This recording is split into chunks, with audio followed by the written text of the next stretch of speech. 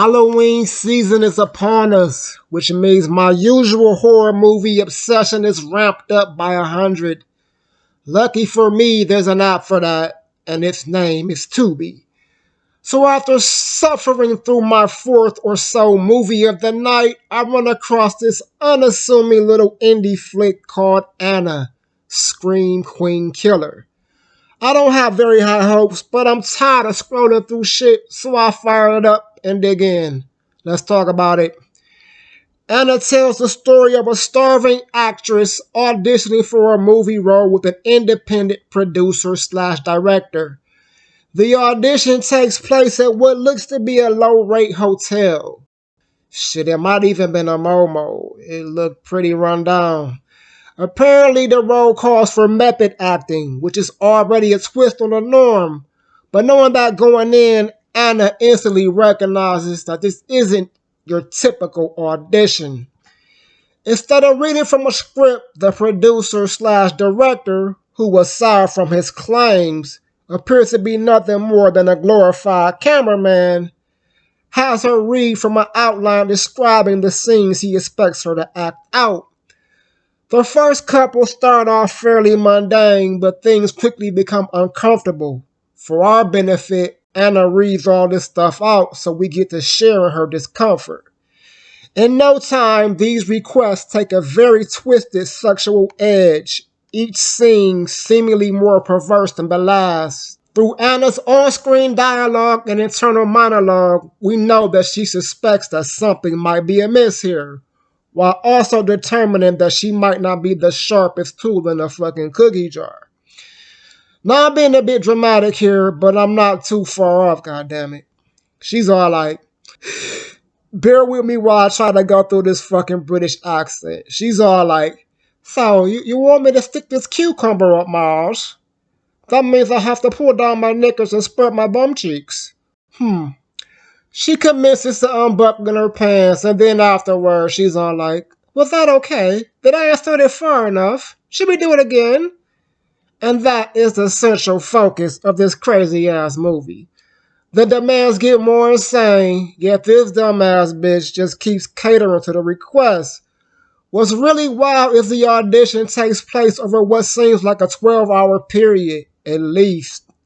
And it's not limited to the Momo. He's got this bitch filming scenes while she's driving around naked, out in the woods, crawling around in the dirt like an animal, all kind of wild shit.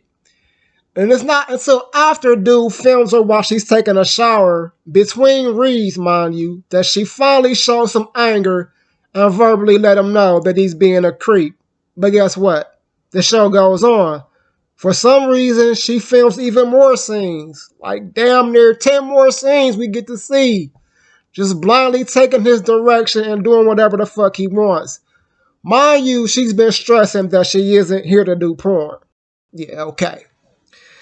I initially thought the creators of this film, the actress being one of them, were trying to make a statement about how young women in Hollywood get taken advantage of by sleazy Weinstein types. Dude was obviously a creep, but the way the movie played out, I couldn't feel 1 ounce of sympathy for Anna because she was such a dumb bitch who continually allowed herself to be fucked over by this low-budget nigga with no credentials and a crystal clear agenda. Considering how it ended, I'm not sure what message they were trying to send. Maybe they just wanted to make a weird-ass movie with her doing a bunch of freaky shit with no clothes on, and I guess that's cool, but goddamn. Despite the sick bastard that I am, I usually root for the idiot slasher fighter to stay alive as long as possible in these movies. And unless it's based on a true story or the movie really calls for it, I don't like scenarios where the villains see no comeuppance whatsoever. I think that's where you start to tread into the glorifying violence territory, which I've been accused of on more than one occasion. In this case, I was actually hoping this bitch ended up on a milk box carton. Shit was just ill. Criticism aside, there are things that I liked about this movie. I think any flick that can pull off the minimal characters and minimal locations trick and keep you engaged while doing so should be commended for it. And in this case, it's basically old girl carrying the whole movie by herself. Now she let us know dude doesn't even verbally respond to her. He just stands there holding the camera, nude, bright red flag, bitch, hello. But yeah, despite the absolute idiocy of the character, she was great in her role. And the movie, for all its flaws, had my attention throughout, which is no easy feat when it comes to this space cadet. So all in all, I say this was a very interesting movie. I can't call it good, but I would give it 3 out of 5 solid stars.